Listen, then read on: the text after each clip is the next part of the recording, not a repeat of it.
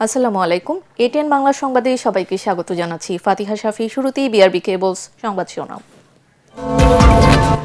আইন শৃঙ্খলা পরিস্থিতির উন্নতি হওয়ায় পর্যায়ক্রমে সেনাবাহিনীকে ব্যারাকে ফেরানো হবে জানালেন স্বরাষ্ট্রমন্ত্রী। সন্ত্রাসীদের বিরুদ্ধে চলা অভিযানে বাদ যাবে না গডফাদাররাও। শাপলা চত্বরের ঘটনায় আসামি হচ্ছেন মোজাম্মেল বাবু ও ফারজানা রূপা। দীপুমণি সহ তৎকালীন সরকারের ঊর্ধ্বতনদের জড়িত থাকার প্রমাণ পেয়েছে প্রসিকিউশন। মাইলস্টোন ট্র্যাজেডির ঘটনায় ডক্টর ইউনুস, আসিফ নজরুল সহ 16 জনের বিরুদ্ধে মামলার আবেদন খারিজ।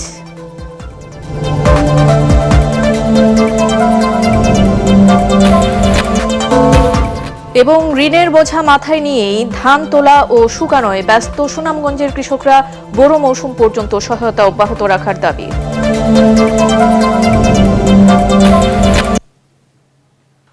শুনছিলেন বিআরবি কেবলস সংবাদ শিরোনাম। এবারে পুরো সংবাদ। আইন শৃঙ্খলা পরিস্থিতির উন্নতি হওয়ায় পর্যায়ক্রমে সেনাবাহিনীকে ব্যারাকে ফিরিয়ে নেওয়ার সিদ্ধান্ত হয়েছে বলে জানিয়েছেন স্বরাষ্ট্রমন্ত্রী সালাউদ্দিন আহমদ। সচিবালয়ে এক ব্রিফিংয়ে তিনি বলেন, আইন শৃঙ্খলা নিয়ন্ত্রণে পুলিশের মাঝে আস্থা ফিরে এসেছে। সন্ত্রাসীদের তালিকা ধরে দেশব্যাপী বিশেষ অভিযান চালানো হচ্ছে বলেও জানান স্বরাষ্ট্রমন্ত্রী। বিস্তারিত জানাচ্ছেন ইয়াসিন রানা। জুলাই গণঅভ্যুত্থানকে কেন্দ্র করে আইন শৃঙ্খলা ঠিক রাখতে মাঠে নামে সেনাবাহিনী। 2024 সালের 5 আগস্ট শেখ হাসিনা পালিয়ে যাওয়ার পর সারা দেশে পুলিশের ওপর ব্যাপক আস্থাহীনতা ও আইন শৃঙ্খলার অবনতি হলে অন্তর্বর্তী সরকারের পুরোটা সময় ম্যাজিস্ট্রেসি ক্ষমতা নিয়ে মাঠে থাকে বাহিনীটি। ত্রয়োদশ জাতীয় সংসদ নির্বাচনেও আইন শৃঙ্খলা ঠিক রাখতে গুরুত্বপূর্ণ ভূমিকা পালন করে বাহিনীটি।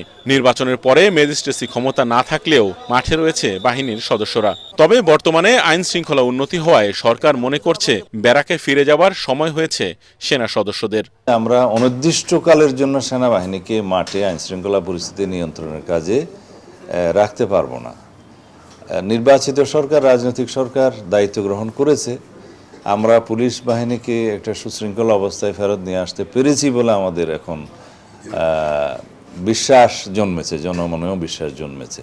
তো সেই অবস্থায় আমরা পর্যায়ক্রমে মাঠ থেকে সেনাবাহিনীকে প্রত্যাহার করার জন্য উদ্যোগ নিচ্ছি। এই কথা সত্য, তবে সেটা আমরা কিভাবে করব সেটা পুলিশ এবং সেনাবাহিনী এবং অন্যান্য সংস্থাগুলো বসে তারা পর্যায়ক্রমে সে ব্যবস্থাটা নেবে। স্বরাষ্ট্রমন্ত্রী সালাউদ্দিন আহমদ আরও বলেন, আইন শৃঙ্খলা পরিস্থিতি নিয়ন্ত্রণে দেশব্যাপী চালানো বিশেষ অভিযানে দৃশ্যমান উন্নতি হয়েছে। আইনের ঊর্ধ্বে তো কেউ নয়। আমরা সঠিকভাবে তালিকা প্রণয়ন করে অভিযানে নেমেছি। কোথাও কোথাও যৌথ অভিযান চলছে এবং আইন প্রয়োগকারী সংস্থাগুলো সিঙ্গেলি অপারেশন করছে। এটার অগ্রগতি আছে এবং এটা দৃশ্যমান যে দেশে আইন শৃঙ্খলা পরিস্থিতির উন্নতি হয়েছে। এর আগে সচিবালয়ে এক বৈঠকে সিলেট ও সুনামগঞ্জে পরিবেশ বিধিমালা অনুসরণ ও ইকোবায়োলজি ঠিক রেখে সীমিত পরিসরে পাথর উত্তোলন ইজারা দেওয়ার বিষয়ে সিদ্ধান্ত নেওয়ার কথা জানান সালাউদ্দিন আহমদ। বিভিন্ন পাথর কোয়ারি সম্পর্কে ইয়াসিন রানা, এটিএন বাংলা, ঢাকা। 71 টিভিতে সমীকরণ অনুষ্ঠানের মাধ্যমে সত্য আড়াল করে শাপলা চত্বরের হত্যাকাণ্ডকে ভিন্ন খাতে প্রবাহিত করতে সহায়তা করেছেন সাংবাদিক ফারজানা রূপা। একথা জানিয়ে আন্তর্জাতিক অপরাধ ট্রাইব্যুনালের চিফ প্রসিকিউটর আমিনুল ইসলাম বলেন, পরিকল্পিত এই ষড়যন্ত্রের সাথে যুক্ত ছিলেন 71 টিভির এমডি মোজাম্মেল বাবু ও আওয়ামী লীগ সরকারের তৎকালীন পররাষ্ট্রমন্ত্রী ডাক্তার দীপুমণি। এদিকে একাধিক মামলায় গ্রেফতার থাকা এই 3 আসামিকে 14 মে ট্রাইব্যুনালে হাজির হবার নির্দেশ দিয়েছেন আন্তর্জাতিক অপরাধ ট্রাইব্যুনাল। মিজান শাহজাহানের রিপোর্ট। 2013 সালের 5 মে রাজধানীর মতিঝিলে শাপলা চত্বরে হেফাজতে ইসলামের মহাসমাবেশে হত্যাকাণ্ডের ঘটনায় মানবতাবিরোধী অপরাধের মামলায় এবারে বিচারের মুখোমুখি হচ্ছেন সাবেক পররাষ্ট্রমন্ত্রী ডাক্তার দীপুমণি, সাংবাদিক মোজাম্মেল বাবু ও ফারজানা রূপা। আন্তর্জাতিক অপরাধ ট্রাইব্যুনাল 1-এর বিচারপতি শফিউল আলম মাহমুদের নেতৃত্বে 2 সদস্যের বিচারিক আদালতে তাদের বিরুদ্ধে গ্রেপ্তারি পরোয়ানা জারির আবেদন করে রাষ্ট্রপক্ষ।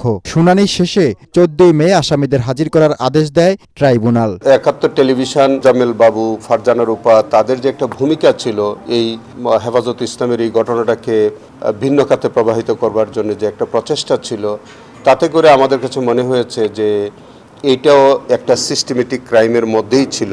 এই 3 জন তারা যেহেতু হেফাজতে আছে, তাদেরকে আমরা প্রোটেকশন চেয়েছি আগামী তারিখে আমরা হয়তো আমাদের এই কেসে সোনেরেস্ট দেখাবো এবং সেখানে দেখানোর পরে তাদেরকে আমরা সেফ হোমে নিয়ে আমাদের প্রয়োজনীয় জিজ্ঞাসাবাদ করব। চিফ প্রসিকিউটর আরও জানান, 5ই মে ইন্টারনেট বন্ধ ও 2টি টেলিভিশন চ্যানেল দিগন্ত ও ইসলামিক টিভি বন্ধের সাথে জড়িতদেরও বিচারের আওতায় আনা হবে। যে 2টি টেলিভিশন চ্যানেল বন্ধ করা হয়েছিল যারা লাইভ টেলিকাস্ট করতেছিল, আমরা ইতিমধ্যে তাদের ইনভেস্টিগেশন আমরা সবগুলো নিয়ে আসতেছি। যারা সম্পৃক্ততা আছে এর মধ্যে কেউ আমাদের কাছ থেকে পার পাবে না। এর আগে সকালে হেফাজতে ইসলামের যুগ্ম মহাসচিব আজিজুল হক ইসলামাবাদীর নেতৃত্বে একটি প্রতিনিধি দল প্রসিকিউশন টিমের সদস্যদের সাথে বৈঠক করে। পরে তারা জানান, শাপলা চত্বরে মাদ্রাসার শিক্ষার্থীদের পাশাপাশি অনেক সাধারণ মানুষ হত্যাকাণ্ডের শিকার হন। তো বলছি যে কয়েক হাজার মারা গেছে, এখন এটার দায়িত্ব হলো সরকারের।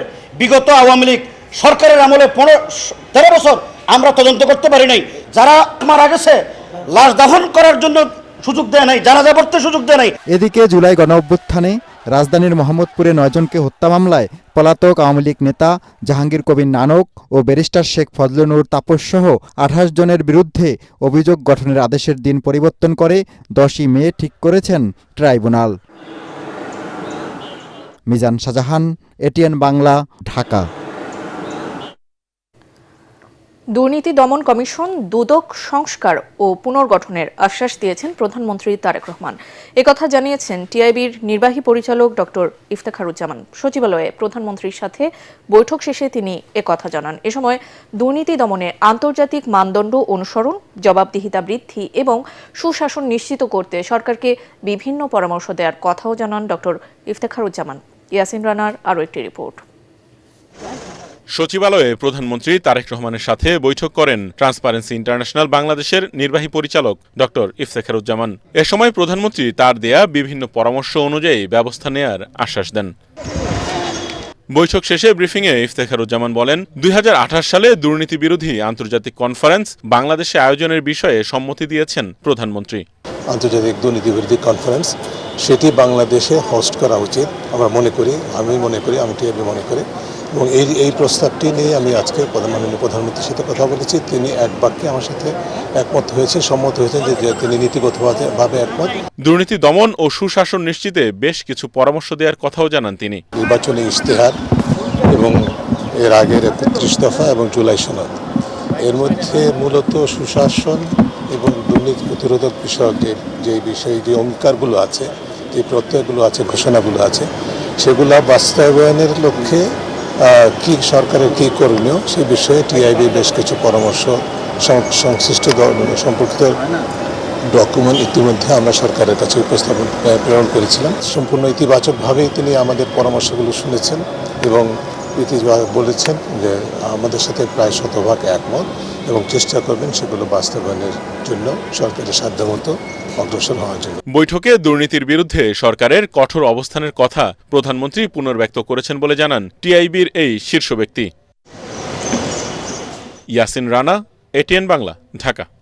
দেশের সকল ওয়াকফ স্টেটের ভাড়া ও ইজারা মূল্য বৃদ্ধির সিদ্ধান্ত নিয়েছে সরকার। প্রধানমন্ত্রী তারেক রহমানের সঙ্গে বাংলাদেশ ওয়াকফ এর প্রশাসক সাফিস উদ্দিন আহমেদের সৌজন্য সাক্ষাতে এই সিদ্ধান্ত নেওয়া হয়। সচিবালয়ে প্রধানমন্ত্রীর দপ্তরে অনুষ্ঠিত সাক্ষাতে ওয়াকফ সংক্রান্ত বিভিন্ন বিষয় নিয়ে কথা বলেন তারা।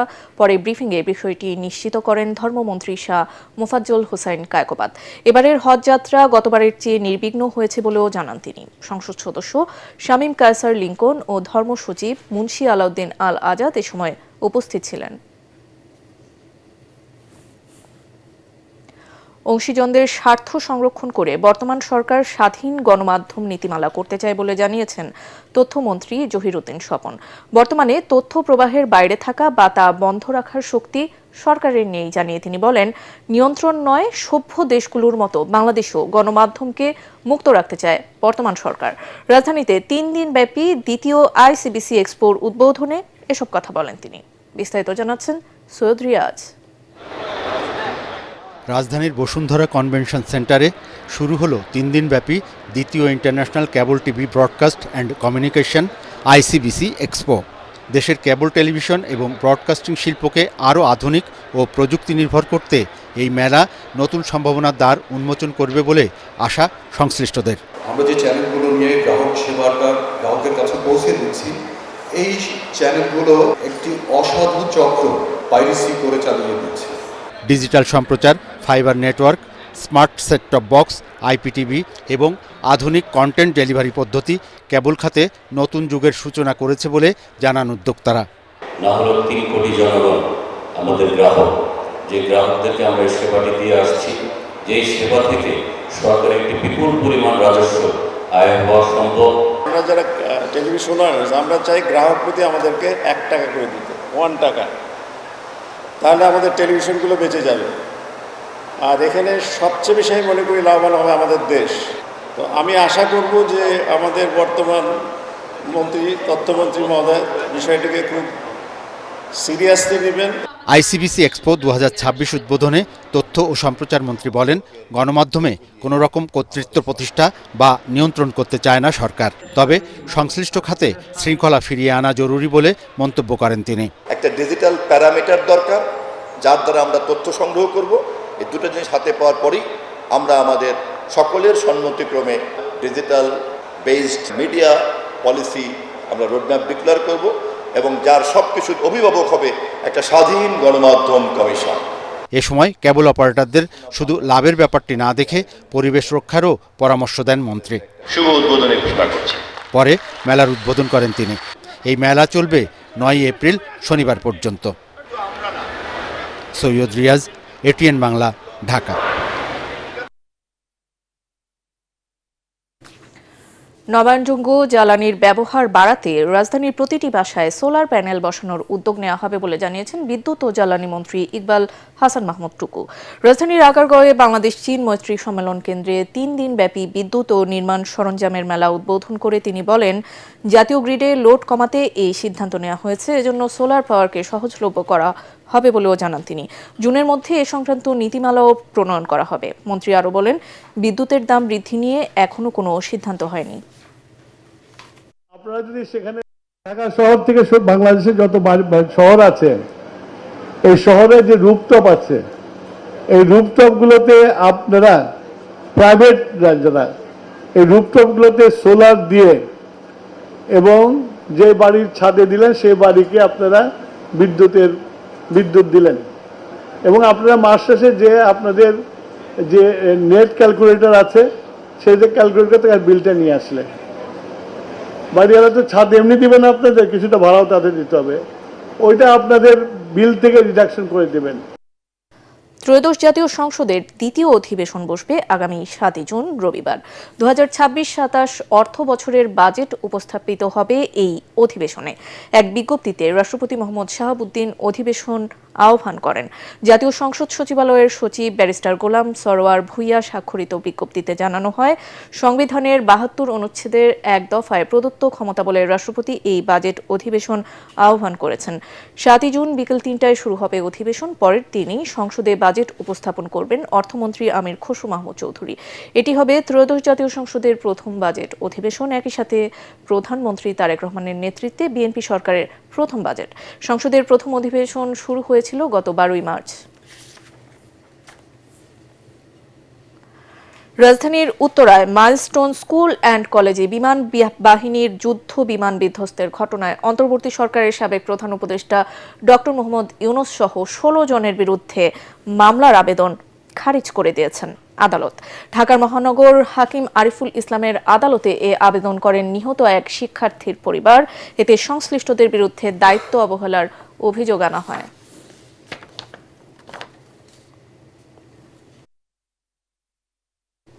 আগামী 12 মে থেকে ঈদুল আজহা পর্যন্ত দোকানপাট ও বিপণী বিতান সন্ধ্যা 7টার পরিবর্তে রাত 10টা পর্যন্ত খোলা থাকবে। এক ভিডিও বার্তায় এ তথ্য নিশ্চিত করেছেন দোকান মালিক সমিতির সভাপতি হেলাল উদ্দিন। তবে অতিরিক্ত আলোকসজ্জা বা বিদ্যুৎ ব্যবহার না করার আহ্বান জানিয়েছেন তিনি। জ্বালানি সংকটের কারণে গত 3রা এপ্রিল থেকে সন্ধ্যা 6টার মধ্যে দোকানপাট বন্ধের নির্দেশনা দিয়েছিল সরকার। পরে ব্যবসায়ী সংগঠনগুলোর সঙ্গে বৈঠকে 5 এপ্রিল থেকে 1 ঘন্টা বাড়িয়ে সন্ধ্যা 7টা পর্যন্ত দোকানপাট ও মার্কেট খোলা রাখার সিদ্ধান্ত নেওয়া হয়। টানা বৃষ্টি আর দুর্ভোগের পর ঝলমলে রোদে ধান তোলা ও শুকানোয় ব্যস্ত সময় পার করছেন সুনামগঞ্জের কিষানীরা। তবে ঋণের বোঝায় পথে বসার অবস্থা অনেকের। তাই সরকার এবং সংশ্লিষ্ট মহলের কাছে আগামী বোরো মৌসুম পর্যন্ত সহায়তা দেওয়ার দাবি তাদের। সুনামগঞ্জ থেকে এহসানুল গনি স্বজনের ক্যামেরায় মনির হোসেন তপুর রিপোর্ট। সুনামগঞ্জ সদর উপজেলার গোয়াছড়া গ্রামের বাসিন্দা আব্দুল কাইয়ুম। 4 মেয়ে 1 ছেলের বাবা তিনি। 40 মণ ধানের উপর 2 লাখ টাকা ঋণ নিয়ে ধান আবাদ করেন তিনি। এছাড়া অন্যের জমিতে ধান আবাদ করায় আরও দিতে হবে 50 মণ ধান, অর্থাৎ ফসল হোক আর নাই হোক দিতে হবে নগদ 2 লাখ টাকা এবং 90 মণ ধান। তার আশা ছিল প্রায় 6 একর জমিতে 350 মণের উপর ধান আবাদ হবে। সেখানে বৃষ্টির পানিতে ধান পচে যাওয়ায় ঘরে তুলতে পেরেছেন 60 থেকে 70 মণ ধান। ঋণের বোঝায় দুশ্চিন্তার ভাঁজ তার চোখে মুখে। প্রায় 17 থেকে 18 খানি জমিন করছিলাম। এই জমিনের উনি বর্তমানে 7-8 খানি জমিন কাটাইছি। উনি রে চুক দিতে হইব 50 মণ ধান। তার মতো একই দুর্দশা এই হাওর অঞ্চলের অনেক কৃষকের। এই পানির জন্য আর বর্তমানে বাট্টল নাই, আউরের পানি যাওয়ার কোনো পথ নাই, ওই জন্য ডুবরাই পানিটা খেতে নিছি আমরা। তখন মনে করেন ওই কিছু ঋণ দিব, আর যা ওই কয়েকদিন খাইতে পারে খাইবো, আর না হলে বাহির ঋণগুলো আর একবার থাকবো। আর্থিক সহায়তার জন্য ক্ষতিগ্রস্ত কৃষকদের তালিকা করছে সরকার। তবে এই তালিকাতে যাতে প্রকৃত ক্ষতিগ্রস্তদের নাম আসে এমনটাই প্রত্যাশা তাদের। প্রতি বছর পানি আইলে ঘর সাইরা যাওন গা লাগে, আবার অন্য পানি আবার ধান নষ্ট করে লাইছে। সরকারিভাবে দাবি করা হয়েছে 20 ভাগ ফসলি জমি ক্ষতিগ্রস্ত হয়েছে। তবে স্থানীয়দের দাবি এই ক্ষতির পরিমাণ 50 ভাগ ছাড়িয়ে গেছে। হাওর অঞ্চলের কৃষকদের স্বপ্ন থাকে এই বোরো মৌসুম নিয়ে, তবে এবার বৃষ্টির পানিতে তলিয়ে গেছে তাদের স্বপ্ন। ঋণ নিয়ে একরের পর একর ফসলি জমি আবাদ করে দুশ্চিন্তায় তারা বলছেন সরকার যদি তাদের সহায়তা করে সেক্ষেত্রে তারা আগামী বোরো মৌসুম পর্যন্ত চলতে পারবেন। তবে তারা চিন্তায় রয়েছেন যে এই যে ঋণের বোঝা তাদের মাথায় রয়েছে, সেই ঋণ তারা কিভাবে দিবেন সেই দুশ্চিন্তায় তারা দিন পার করছেন। মনির হোসেন তপু, এটিএন বাংলা, সুনামগঞ্জ। ইউক্রেন যুদ্ধে রাশিয়ার পক্ষে লড়তে বাংলাদেশ থেকে কর্মী প্রেরণের অভিযোগে British Sarkar dream home travels and tours লিমিটেডের উপর নিষেধাজ্ঞা দিয়েছে। ব্রিটিশ সরকারের নিষেধাজ্ঞা বিষয়ক ওয়েবসাইটে এই তথ্য জানানো হয়। একই সাথে বিশ্বের 35 ব্যক্তি ও প্রতিষ্ঠানের বিরুদ্ধেও নিষেধাজ্ঞা দিয়েছে দেশটি। নিষেধাজ্ঞা পত্রে দেশটির স্যাংশন মিনিস্টার স্টিফান ডাউটি বলেছেন, রাশিয়া ইউক্রেনের বিরুদ্ধে যুদ্ধে জনবল ও সামরিক সক্ষমতা বাড়াতে বিভিন্ন দেশের অভিবাসী কর্মীদের প্রতারণার মাধ্যমে নিয়োগ দিয়ে ছিল এসব ব্যক্তি ও প্রতিষ্ঠান। যুদ্ধক্ষেত্র সহ তাদের পাঠানো হতো অস্ত্র ও ড্রোন কারখানায়। মানব পাচার চক্র ভাঙতেই নিষেধাজ্ঞা কার্যকর করা হয়েছে বলেও উল্লেখ করেছেন স্টিফান। ফ্যাসিবাদী আওয়ামী শাসন আমলে তালিকাভুক্ত 1 লাখের বেশি ভুয়া মুক্তিযোদ্ধা চিহ্নিত করে যথাযথ ব্যবস্থা নেওয়া হবে বলে জানিয়েছেন মুক্তিযুদ্ধ বিষয়ক মন্ত্রী আহমদ আজম খান। রাজধানীর মগবাজার কার্যালয়ে বাংলাদেশ মুক্তিযোদ্ধা সংসদের জাতীয় নির্বাহী সভায় তিনি বলেন, তালিকাভুক্ত ভুয়া মুক্তিযোদ্ধা যারা বেআইনিভাবে সরকারি সুযোগ সুবিধা নিয়েছেন তাদের আইনের কাঠগড়ায় দাঁড়াতে হবে। ভুয়া মুক্তিযোদ্ধাদের স্বেচ্ছায় নাম প্রত্যাহারের আহ্বান জানিয়ে মন্ত্রী বলেন, মুক্তিযোদ্ধাদের যে কোনো সমস্যা সমাধানে সরকার বদ্ধপরিকর। প্রকৃত মুক্তিযোদ্ধাদের ভাতা বন্ধ হবে না, বরং তাদের সামাজিক নিরাপত্তা কার্যক্রম আরও স্বচ্ছ ও জবাবদিহিমূলক করা হবে। দেশের সংস্কার ও জুলাই গণহত্যার বিচার বাস্তবায়ন করতে হলে এনসিপিকেই দায়িত্ব নিতে হবে বলে মন্তব্য করেছেন দলটির আহ্বায়ক নাহিদ ইসলাম। চট্টগ্রাম প্রেস ক্লাবে এনসিপিতে যোগদান অনুষ্ঠানে তিনি একথা বলেন। নাহিদ ইসলাম বলেন, পশ্চিমবঙ্গের সাম্প্রতিক পরিস্থিতির কারণে বাংলাদেশের দায়িত্ব আরও বেড়ে গেছে। কোনো উস্কানিতে পা না দিয়ে সবাইকে ধৈর্যের পরিচয় দেওয়ার আহ্বান জানান তিনি। এ সময় এনসিপির দক্ষিণাঞ্চলের মুখ্য সংগঠক ও সংসদ সদস্য হাসনাত আব্দুল্লাহ অভিযোগ করেন, বিএনপি সংস্কার বিরোধী অবস্থান নিয়েছে। বাংলাদেশের সংস্কার এবং জুলাই গণহত্যার বিচার বাস্তবায়ন করতে হলে এটা এনসিপিকেই করতে হবে। পশ্চিমবঙ্গের এই নির্বাচনের ফলাফলের পরে বাংলাদেশের দায়িত্ব অনেক বেড়ে গিয়েছে। বাংলাদেশকে দায়িত্বশীল আচরণ করতে হবে। বাংলাদেশের স্বাধীনতা, সার্বভৌমত্ব, এদেশের হিন্দু, মুসলমান, বৌদ্ধ, খ্রিস্টান সকলের নিরাপত্তা এবং নাগরিক অধিকার নিশ্চিতের দায়িত্ব আমাদেরকে নিতে হবে। ইতিহাস সৃষ্টি করা ভারতের বিধানসভার নির্বাচন ফলাফল পাওয়ার পরও নাটকীয়তা কমেনি। একদিকে পশ্চিমবঙ্গে মুখ্যমন্ত্রী মমতা ব্যানার্জি ক্ষমতা না ছাড়াই তৈরি হয়েছে সাংবিধানিক সংকট, অন্যদিকে তামিলনাড়ুতে সিনেমার পর্দা থেকে রাজনীতিতে আসা বিজয় থালাপাতি এখন জোটের কঠিন সমীকরণ মেলাতে ব্যস্ত। পশ্চিমবঙ্গে প্রশ্ন, মুখ্যমন্ত্রী পদত্যাগ না করলে কি ঘটবে? আর দক্ষিণের রাজ্যে প্রশ্ন, আদৌ সরকার গড়তে পারবে তো ইতিহাস সৃষ্টি করা তামিল থালাপাতি? জাহিদুল আলমের রিপোর্টে বিস্তারিত। নাটকই যেন চলছে ভারতের পশ্চিমবঙ্গের রাজনীতিতে। বিধানসভা নির্বাচনে তৃণমূল কংগ্রেসের ভরাডুবির পরেও পরাজয় মানতে নারাজ মুখ্যমন্ত্রী মমতা ব্যানার্জি, তাই আনুষ্ঠানিকভাবে পদত্যাগও করছেন না তিনি। এতেই শুরু হয়েছে নজিরবিহীন সাংবিধানিক টানাপোড়েন। সাধারণত ফল প্রকাশের পর মুখ্যমন্ত্রী রাজ্যপালের কাছে পদত্যাগপত্র জমা দেন এবং রাজ্যপালের নির্দেশেই বাকি দিনগুলো অন্তর্বর্তী সরকার হিসেবে দায়িত্ব পালন করেন। কিন্তু মমতা পদত্যাগ না করায় এবার সেই রীতি পালন হচ্ছে না রাজ্যটিতে। ফলে বৃহস্পতিবার রাত 12টায় বর্তমান সরকারের মেয়াদ শেষ হওয়ার পর প্রশাসনে শূন্যতা সৃষ্টি হবে, কারণ নতুন সরকারের শপথ 9 মে। দেশটির সংবিধানের 172 অনুচ্ছেদ অনুযায়ী মাঝের এই সময়টিতে পশ্চিমবঙ্গে জারি হতে পারে রাষ্ট্রপতির শাসন। অন্যদিকে দক্ষিণের রাজ্য তামিলনাড়ুর রাজনীতিতে ব্লকবাস্টার এন্ট্রি দিয়েও প্রয়োজনীয় আসন হাউসফুল করতে পারেননি থালাপাথি বিজয়ের টিভিকে। 234 আসনের বিধানসভায় সরকার গঠনে 118 আসন দরকার হলেও টিভিকে পেয়েছে 108টি। 5 আসন জেতা ইন্ডিয়ান ন্যাশনাল কংগ্রেস বিজয়ের দলকে সমর্থন দিলেও শর্ত দিয়েছে AIADMকে কিংবা এনডিএকে যেন জোটে নেওয়া না হয়।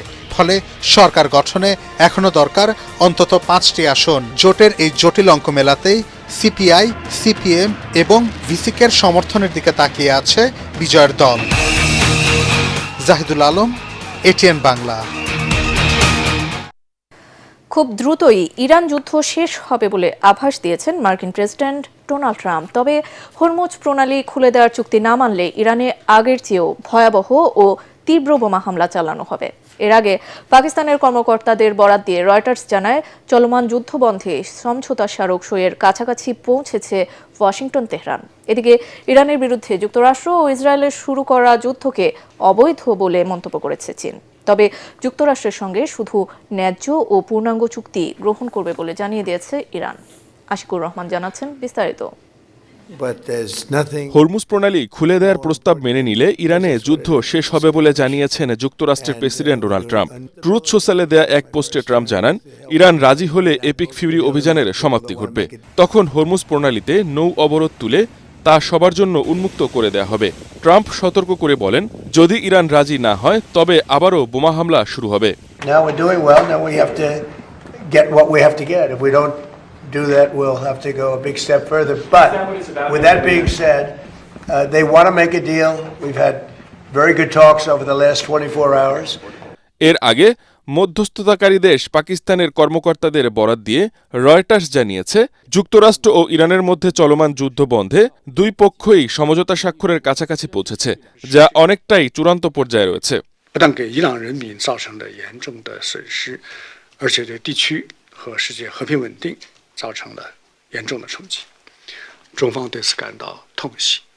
এদিকে ইরানের বিরুদ্ধে যুক্তরাষ্ট্র ও ইসরায়েলের শুরু করা যুদ্ধকে অবৈধ বলে মন্তব্য করেছে চীন। বেইজিংয়ে ইরানের পররাষ্ট্রমন্ত্রী আব্বাস আরাকচির সঙ্গে এক বৈঠকে চীনের পররাষ্ট্রমন্ত্রী ওয়াং ই বলেন, মধ্যপ্রাচ্যের উত্তেজনা কমাতে প্রচেষ্টা চালিয়ে যেতে চীন প্রস্তুত।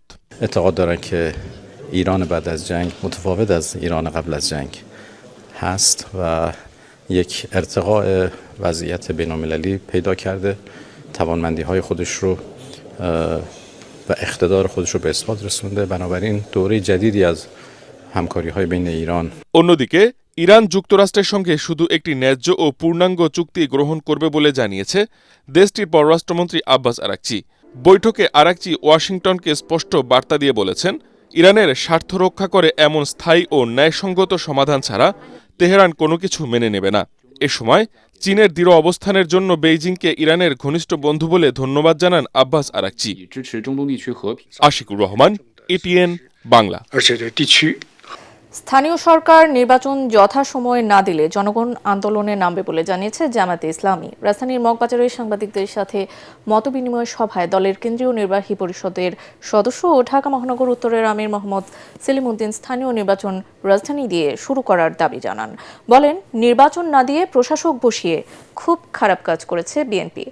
স্থানীয় নির্বাচনে সরকারকে কোনো ধরনের অনিয়ম করার সুযোগ দেবে না জামায়াত বলেও জানান সেলিম উদ্দিন।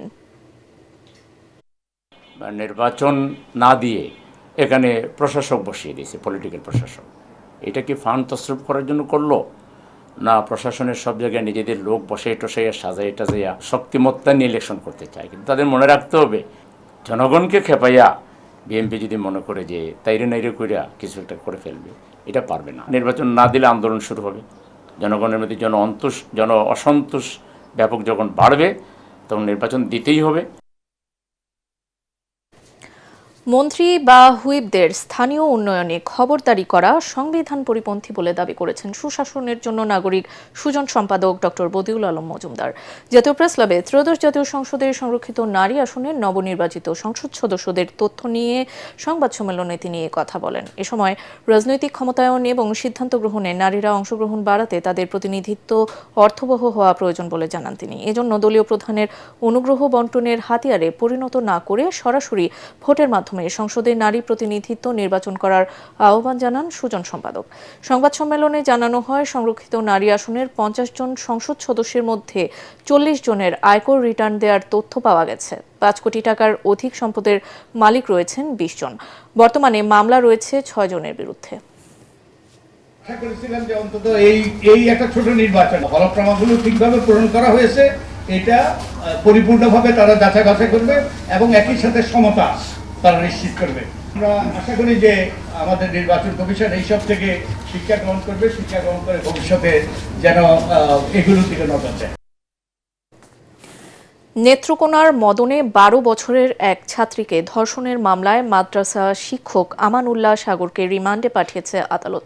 সকালে মামলার তদন্তকারী কর্মকর্তা আসামি সাগরকে জিজ্ঞাসাবাদের জন্য 7 দিনের রিমান্ড চেয়ে আদালতে পাঠান। শুনানি শেষে নেত্রকোনার মদন আমলি আদালতের অতিরিক্ত চিফ জুডিশিয়াল ম্যাজিস্ট্রেট মহসিনা ইসলাম 3 দিনের রিমান্ড মঞ্জুর করেন। এর আগে র্যাব 14 এর সদস্যরা শিক্ষক আমানুল্লাহ সাগরকে ময়মনসিংহের গৌরীপুর থেকে গ্রেফতার করে। ধর্ষণ ও অন্তঃসত্ত্বার ঘটনায় গত 23 এপ্রিল মদন থানায় সাগর ও তার ভাই মামুন মিয়াকে আসামি করে মামলা করেন ভুক্তভোগী শিক্ষার্থীর মা। শিক্ষা খাতে বরাদ্দ বাড়াতে সরকার প্রতিশ্রুতিবদ্ধ বলে জানিয়েছেন প্রাথমিক ও গণশিক্ষা প্রতিমন্ত্রী ববি হাজ্জাজ। আগামী 1 বছরের মধ্যে শিক্ষা ব্যবস্থাকে ঢেলে সাজানোর দীর্ঘমেয়াদী পরিকল্পনা জনগণের সামনে প্রকাশ করা হবে বলেও জানান তিনি। রাজধানীর বাংলাদেশ চীন মৈত্রী সম্মেলন কেন্দ্রে সরকারের অগ্রাধিকার ও শিক্ষা খাত, বাজেট ও বাস্তবতা শীর্ষক সংলাপে এসব কথা বলেন প্রাথমিক ও গণশিক্ষা প্রতিমন্ত্রী। এতে সভাপতিত্ব করেন নাগরিক প্ল্যাটফর্মের আহ্বায়ক ও সিপিডির সম্মানীয় ফেলো ডক্টর দেবপ্রিয় ভট্টাচার্য। প্রতিমন্ত্রী বলেন, ইংরেজি মাধ্যম সহ সব বেসরকারি প্রতিষ্ঠানকে এক রেগুলেটরি সিস্টেমে আনার উদ্যোগ নেওয়া হয়েছে। এ সময় ধাপে ধাপে বরাদ্দ বৃদ্ধির আহ্বান জানিয়ে উচ্চশিক্ষায় উৎসাহিত করা, শিক্ষা প্রতিষ্ঠানকে রাজনৈতিক প্রভাব মুক্ত ও শক্তিশালী শিক্ষা কমিশন তৈরির পরামর্শ দেন জামায়াতের এমপি ডক্টর শফিকুল ইসলাম। সরকার আমরা প্রতিজ্ঞাবদ্ধ আমাদের বাজেট বাড়ানো এবং সেটা যেন সঠিকভাবে মূল্যায়ন হয়। 14 তারিখে প্রথম আমরা বড় দাগে ইংলিশ মিডিয়াম স্কুলগুলোকে নিয়ে বসছি, বাট সব প্রাইভেট স্কুলগুলোকে নিয়ে আমরা বসা শুরু করব। তাদের সাথে আলোচনার মাধ্যমে আমরা ওই রেগুলেটরি ওভারসাইট কিভাবে তৈরি করা যায় সেগুলোর কাজ আছে, এটা নিয়েও আপনাদের দুশ্চিন্তা করার প্রয়োজন এই মুহূর্তে নেই। আগামী দিনগুলোতে ইবতেদায়ী আমরা প্রাইমারি বোর্ডের আন্ডারে নিয়ে আসতে চাই। এই সরকার বিরোধী দলের যে ঐক্যমতের ভিত্তিতে স্বাস্থ্য এবং শিক্ষা খাতকে অগ্রাধিকার ভিত্তিতে এটাকে এগিয়ে নিয়ে যাওয়া, আমি মনে করি আজকের এই ডায়ালগের একটা বাস্তব নমুনা আমরা সামনে খুব দ্রুতই দেখতে পাবো ইনশাআল্লাহ। এবার অর্থ সংবাদ।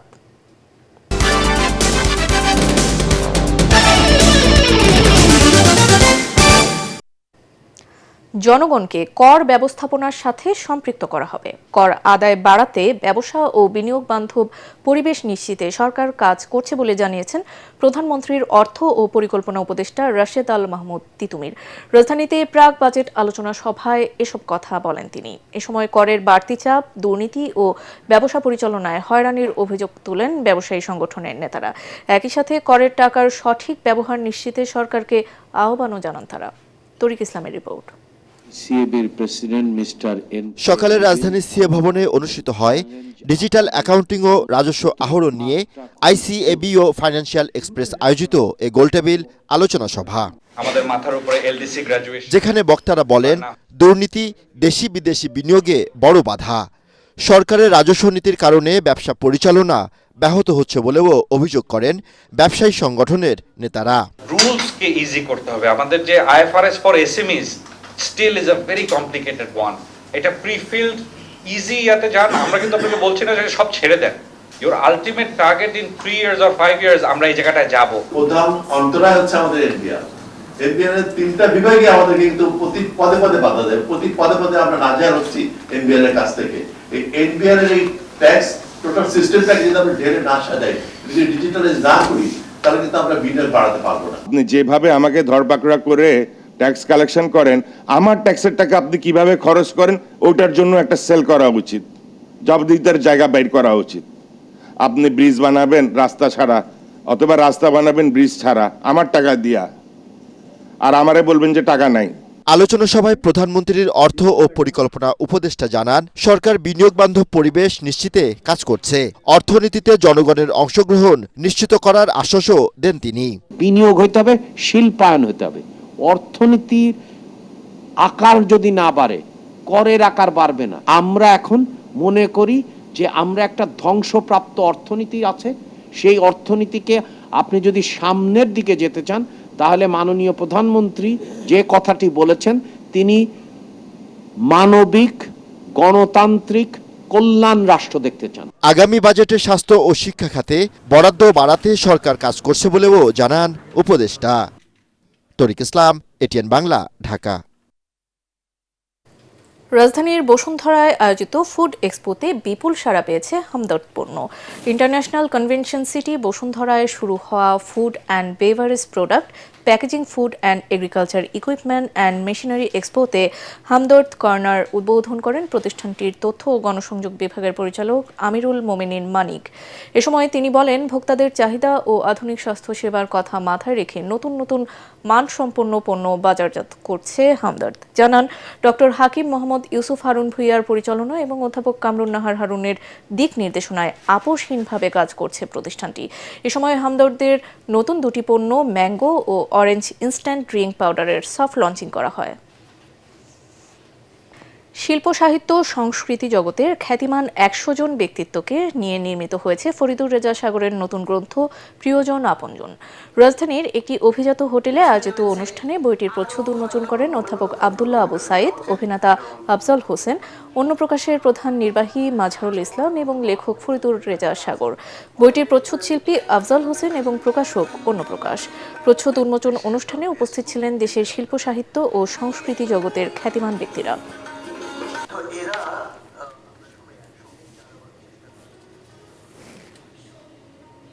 এবার খেলার খবর।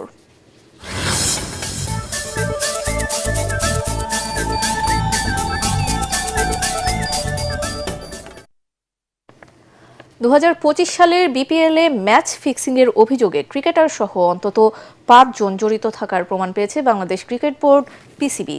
তারা শাস্তির মুখে আছেন। বিসিবি এক সংবাদ বিজ্ঞপ্তিতে তাদের নাম প্রকাশ করেছে। ক্রিকেট বোর্ড জানিয়েছে, চট্টগ্রাম রয়্যালসের ম্যানেজার মোহাম্মদ লাবলুর রহমান, নোয়াখালী এক্সপ্রেসের সহ স্বত্বাধিকারী মোহাম্মদ তাওহিদুল হক তাওহিদ, ঘরোয়া cricketer Amit Majumdar, team manager Rezon Kabir Siddique এবং ক্রিকেট সংগঠক সামিনুর রহমান শাস্তির মুখে পড়তে যাচ্ছেন।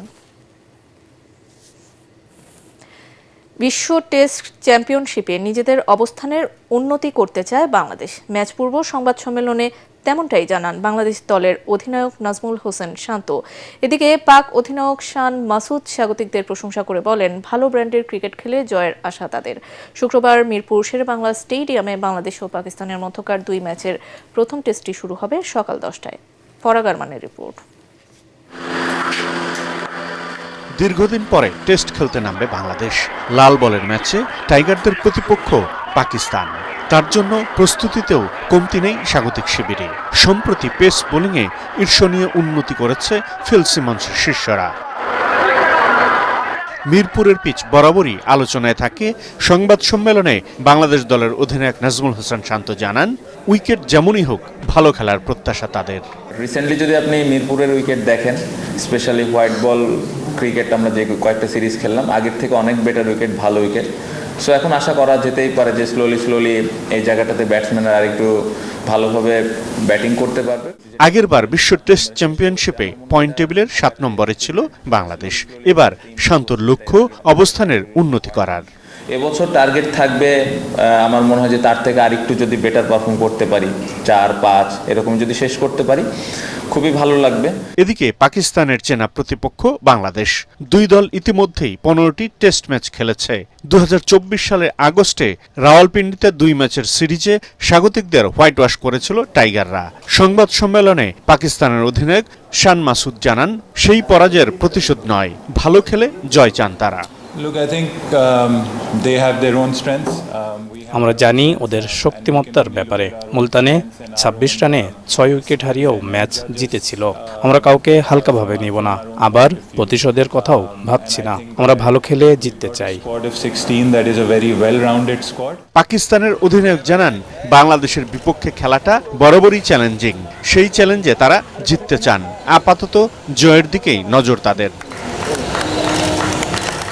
ফরাগ আরমান, এটিএন বাংলা, ঢাকা। কুল বিএসজে মিডিয়া কাপ ফুটবলে চ্যাম্পিয়ন হয়েছে দীপ্ত টেলিভিশন। বাফুফে ভবন সংলগ্ন আর্টিফিশিয়াল টার্ফে প্রতিযোগিতার ফাইনালে দৈনিক কাল্প এলাকায় টাইব্রেকারে 3-1 ব্যবধানে হারিয়ে শিরোপা জিতে নেয় তারা। নির্ধারিত সময়ে খেলা গোলশূন্য ছিল। ফাইনাল শেষে বিজয়ীদের পুরস্কৃত করেন ঢাকা দক্ষিণ সিটি কর্পোরেশনের প্রশাসক আব্দুস সালাম। এ সময় জাতীয় ফুটবল দলের সাবেক অধিনায়ক মামুনুল ইসলাম, পৃষ্ঠপোষক প্রতিষ্ঠানের স্কয়ার টয়লেট্রিজ লিমিটেডের head of marketing doctor jasmine Zaman, Bangladesh sports journalist অ্যাসোসিয়েশনের সভাপতি আরিফুর রহমান বাবু ও সাধারণ সম্পাদক এস.এম. সুমন উপস্থিত ছিলেন। সংবাদ শেষ করছি রবীন্দ্রনাথ ঠাকুরের 165তম জন্মজয়ন্তীর খবর দিয়ে। কবিগুরু রবীন্দ্রনাথ ঠাকুরের সৃষ্টিশীল জীবনের এক বিশাল অধ্যায় জুড়ে আছে কুষ্টিয়ার শিলাইদহ ও সিরাজগঞ্জের শাহজাদপুরে। শিলাইদহে অবস্থানকালেই ফকির লালন শাহের বাউল দর্শনে প্রভাবিত হয়ে কবি খুঁজে পেয়েছিলেন তার মনের মানুষ ও জীবন দেবতার সন্ধান। কবির সেই স্মৃতিধন্য আঙিনায় এখন চলছে 165তম জন্মজয়ন্তীর শেষ মুহূর্তের প্রস্তুতি। কুষ্টিয়া প্রতিনিধি তুহিন আহমেদ ও সিরাজগঞ্জ প্রতিনিধি ফেরদৌস হাসানের পাঠানো তথ্যচিত্রে আরও জানাচ্ছেন আসিফুর রহমান সাগর। কুষ্টিয়ার কুমারখালীর শিলাইদহ, যেখানে পদ্মার ঢেউ আর গ্রামীণ প্রকৃতির নিবিড় সান্নিধ্যে কবি খুঁজে পেয়েছিলেন তার সৃজনশীলতার সর্বোচ্চ চূড়া। এই জনপদেই লালন শাহ সহ বাংলার বাউল সাধকদের লোকজ সুর ও জীবন দর্শনে প্রভাবিত হয়েছিলেন কবিগুরু।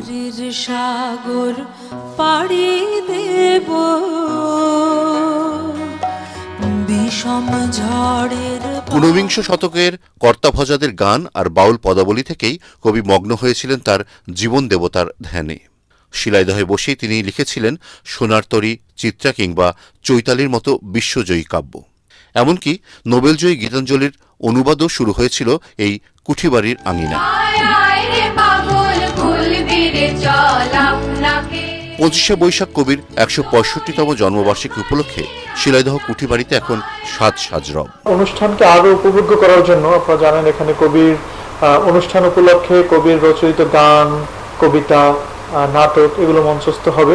আবাসন সুবিধা ও সার্বিক সংস্কারের দাবি দর্শনার্থীদের। এখানে স্যানিটেশন যে প্রবলেমটা আছে, তারপরে হচ্ছে বিশ্রামাগারের সমস্যা আছে, পানি সুপেয় পানির ব্যবস্থা হলে আমাদের মতো দর্শনার্থীদের জন্য অনেক ভালো হয়। আমরা 20 কিলোমিটার পথ পাড়ি দিয়ে কুঠিবাড়িতে আসতে হয়।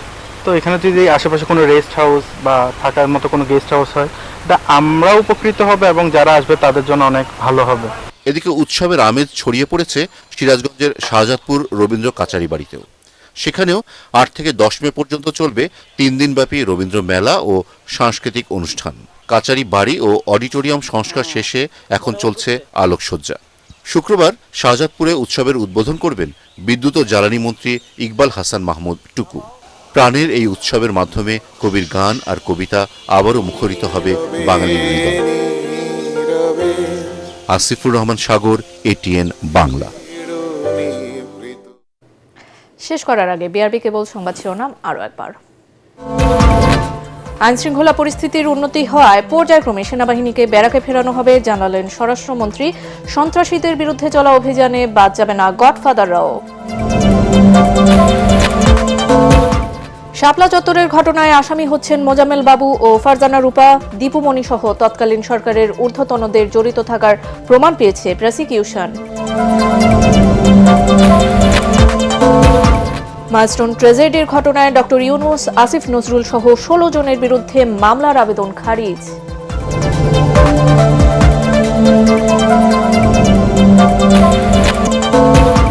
এবং ঋণের বোঝা মাথায় নিয়েই ধান তোলা ও শুকানোয় ব্যস্ত সুনামগঞ্জের কৃষকরা। বোরো মৌসুম পর্যন্ত সহায়তা অব্যাহত রাখার দাবি। পরবর্তী সংবাদ দেখার আমন্ত্রণ জানিয়ে এখনকার মতো শেষ করছি। এটিএন বাংলা সংবাদ ইউটিউবে দেখতে ব্রাউজ করুন youtube/ATN Bangla News। ধন্যবাদ।